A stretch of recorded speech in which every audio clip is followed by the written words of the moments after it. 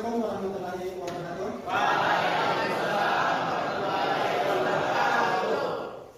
Selamat pagi. Sehat semua? Ya. Alhamdulillah kita diberi kesehatan sampai pertemuan kali ini.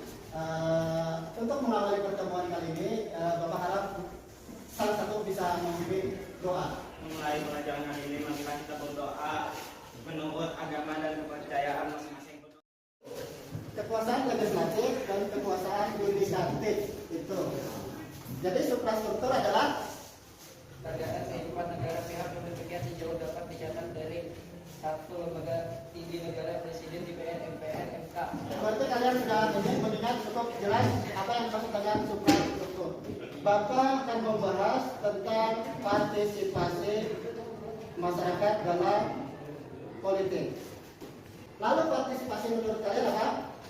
Adalah keterlibatan seorang dalam situasi baik secara mental, pikiran atau emosi dan perasaan yang mendorong untuk memberikan sumbangan dalam upaya untuk memberikan sumbangan dalam usaha mencapai tujuan yang telah ditentukan dan ikut bertanggung jawab terhadap kegiatan pencapaian tujuan tersebut. Ya, bagus jawabannya. Beri aplaus. Ini ada partisipasi politik dalam bentuk konvensional dan non konvensional. Di situ ada. Jadi partisipasi politik konvensional itu artinya kita secara langsung dan tidak langsung. Partisipasi politik non konvensional itu secara tidak langsung itu biasanya kita melalui pemilihan presiden melalui kabinet. Hanya para menteri yang mewakili suara rakyat untuk memilih calonnya.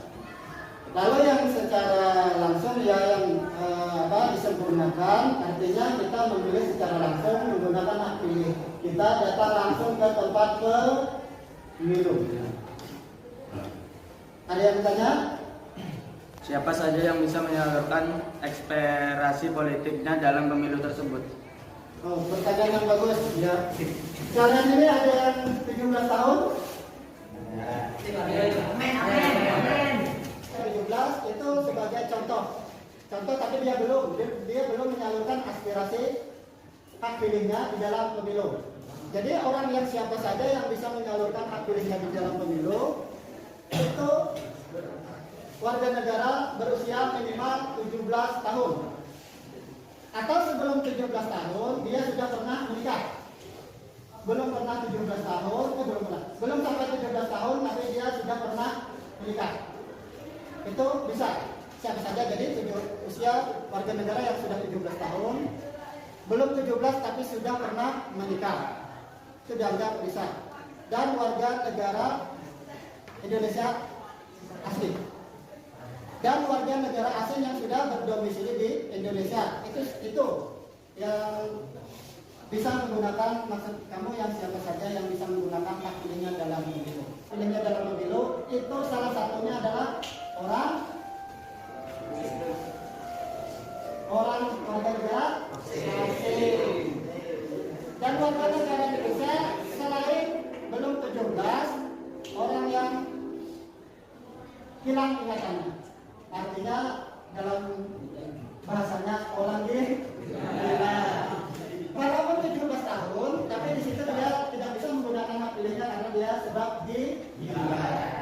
Silakan buka alat tulisnya, buku dan pulpennya, lalu buat ringkasan tentang apa yang Bapak tampilkan di layar. Kita mengamati tentang kasus pada gambar. Bapak beri waktu 5 menit untuk menelaah gambar, cermati, dan simpulkan.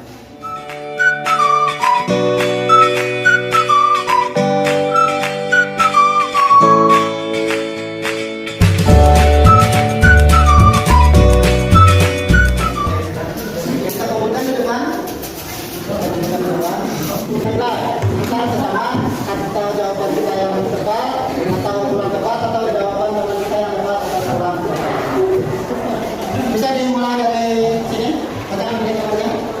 Gambar yang pertama. Pemilihan pemilu. Pemilihan pemilu. Yang di bawah. Partisipasi politik uang.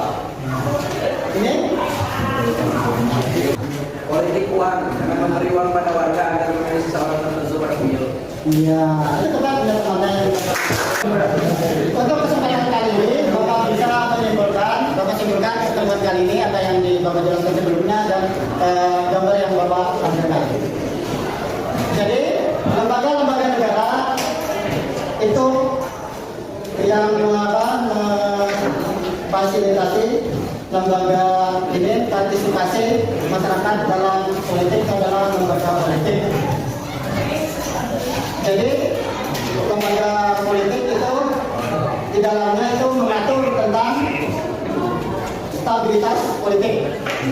Lalu yang kedua ini dampak negatif dari politik dalam artian menggunakan politik uang dalam pemilu. Itu memang tidak bisa dibohongi karena politik itu memang erat kaitannya dengan uang.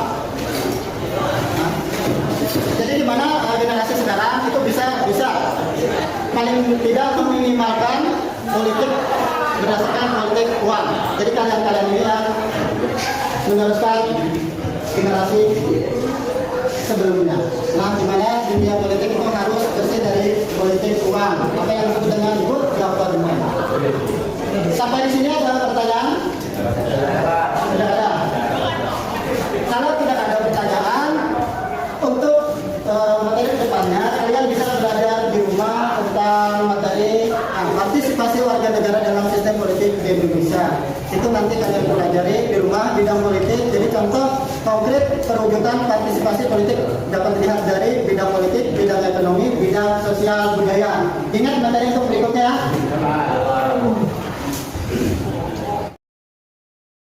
Sebelum Bapak akhiri, silakan pimpin doa untuk mengakhiri pembelajaran kita kali ini.